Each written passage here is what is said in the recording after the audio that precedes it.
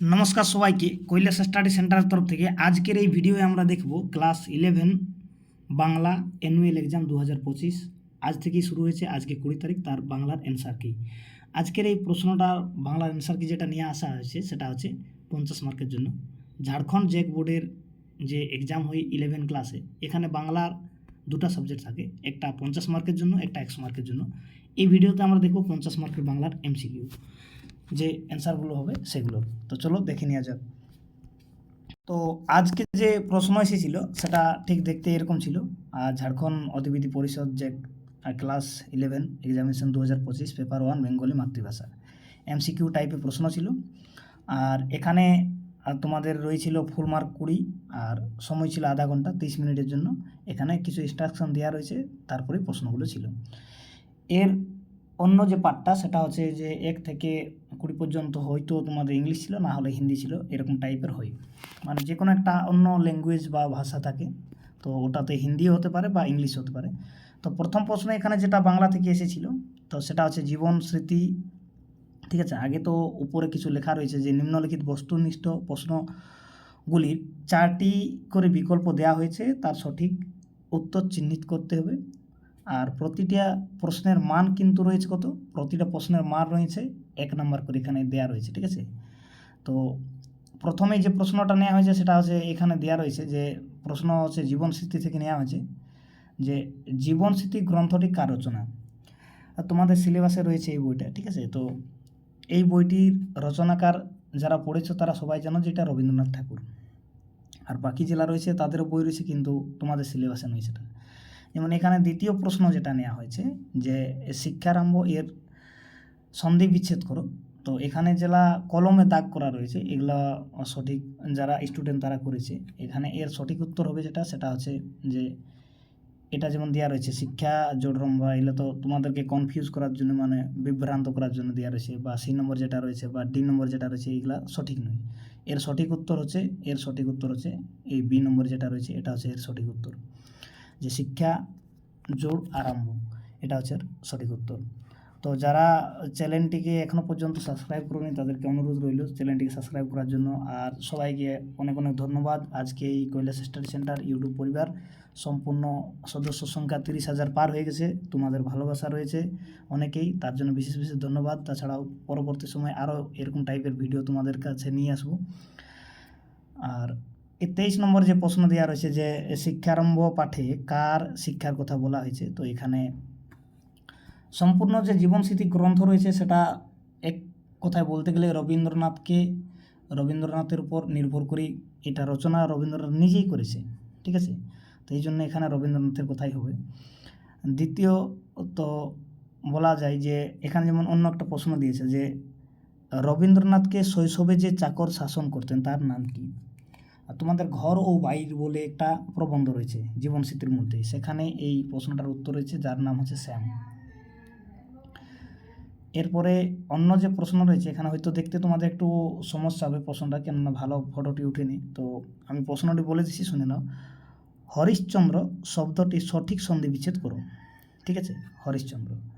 তো এখানে অপশন যেগুলো রয়েছে যে হরিজোড় ঈশ্বর, 2 নম্বর অপশন রয়েছে হরিজোড় ঈশ্বরী, 3 নম্বর হচ্ছে হরিজোড় চন্দ্র, আর 4 নম্বরে কোনোটাই নয়।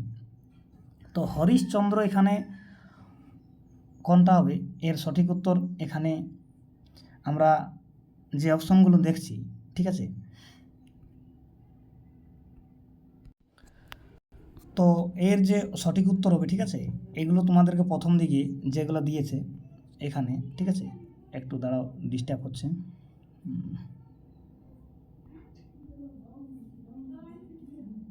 তো এর সঠিক উত্তর হবে এখানে দেখো দেওয়া রয়েছে, যেমন এগুলো প্রথম একটা এটা দেওয়া রয়েছে কনফিউজ করার জন্য, কোনোটাই নয়, এটা তো হবে না। তো এটা হবে ওর সঠিক উত্তর। ঠিক আছে, হরিজোড় চন্দ্র। এরপরে এগুলো ব্যতিক্রমের মধ্যে পড়ে একটু। তো এরপরে যে রয়েছে যেমন রামেশ্বর শব্দটি সঠিক সন্ধিবিচ্ছেদ, তো এখানে কি হবে, তো এখানে রামেশ্বরে রামজোড় ঈশ্বর হবে। ঠিক আছে, রামজোড় ঈশ্বর হবে। এবারে এখানেও দুটো কনফিউজ করার জন্য রয়েছে, যেমন এটাও রয়েছে, ঠিক আছে, আর এটাও রয়েছে, তো এটা হবে সঠিক উত্তর 2 নম্বরটা। এরপরে পরবর্তী যে প্রশ্ন রয়েছে যেমন অমৃত, অমৃত শব্দের বিপরীত শব্দ, এটা হবে না কখনো, অমৃত মানে হচ্ছে অমৃত, ঠিক আছে, যেটা পান করলে মানুষ বলে যে কোনো দিন মরবে না, তো অমৃতের বদল কী হবে এখানে? বিষ হবে, বিষ। আর নিন্দা শব্দর বিপরীত শব্দ যখন এখানে রয়েছে, তো নিন্দার প্রশংসা হবে। এরপরে প্রশ্ন নেওয়া হয়েছে যে ভবন মোহিনী কাকে বলা হয়েছে, কাকে বলেছেন রবীন্দ্রনাথ। তো এখানে যে শিক্ষা আরম্ভ বা জীবন স্মৃতির যে কটা প্রবন্ধ রয়েছে, ঘরবাই, তাছাড়া আরও অন্যান্যগুলো, তো এখানে গৃহবধূকে ভুবন মোহিনী বলা হয়েছে। আর পরবর্তী যে প্রশ্ন যেটা নেওয়া হয়েছে 30 নম্বর, সেটা হচ্ছে যে বৃষ্টি পড়ে টাপার টুপুর নদী এলো বান, এখানে রবীন্দ্রনাথ কি বলেছে? শৈশবের মেঘদূত। দেখবে ওখানে এটা মূল গল্পর মধ্যে উল্লেখ রয়েছে এটা। তাছাড়া আমি যে পূর্বে ভিডিও আপলোড করেছিলাম সেগুলোতে এটার উত্তর দেওয়া রয়েছে, ঠিক আছে। ওই ভিডিওগুলো আগামী সাল আমি আপলোড করেছিলাম। যেমন সত্যপ্রসাদকে, এটাও ওখানে আপলোড করা রয়েছে, ঠিক আছে। এইগুলো আমি আগেই অনলাইনে পড়াইছিলাম, সেই সময় 11 ক্লাসের কথা উল্লেখ না করে ওখানে জেটেটের কথা উল্লেখ করে পড়ানো হয়েছিল। তো এখানে রবীন্দ্রনাথের ভাগ্নের নাম হচ্ছে, ঠিক আছে। তাছাড়া যেমন এখানে রয়েছে যে এখন স্কুল যাবার জন্য যে যেমনি কাঁদতেছ আর না যাবার জন্য ইহার চাইতে অনেক বেশি কাঁদতে হইবে। তো এটা কার উক্তি ছিল? এটা দাদার উক্তি ছিল। তাছাড়া এখানে যে 33 নম্বর প্রশ্ন দিয়েছে যে রবীন্দ্রনাথ কোন স্কুলে প্রথম ভর্তি হয়েছিলেন, তো এটার এ নম্বর নাই, এই বি নম্বরে সঠিক উত্তর হবে ভলেন্টারি সেমিনারি স্কুলে। এরপরে যে প্রশ্ন 34 নম্বরে রয়েছে যে স্কুলের শিক্ষকদের দ্বারা শাসন স্বরূপ বই স্লেট কোথায় বসানো হতো, তো পেটে বসানো হতো। তারপরে যে প্রশ্ন রয়েছে যেমন কার ভয়ে রবীন্দ্রনাথ অন্তঃপুরে দৌড় গিয়ে মায়ের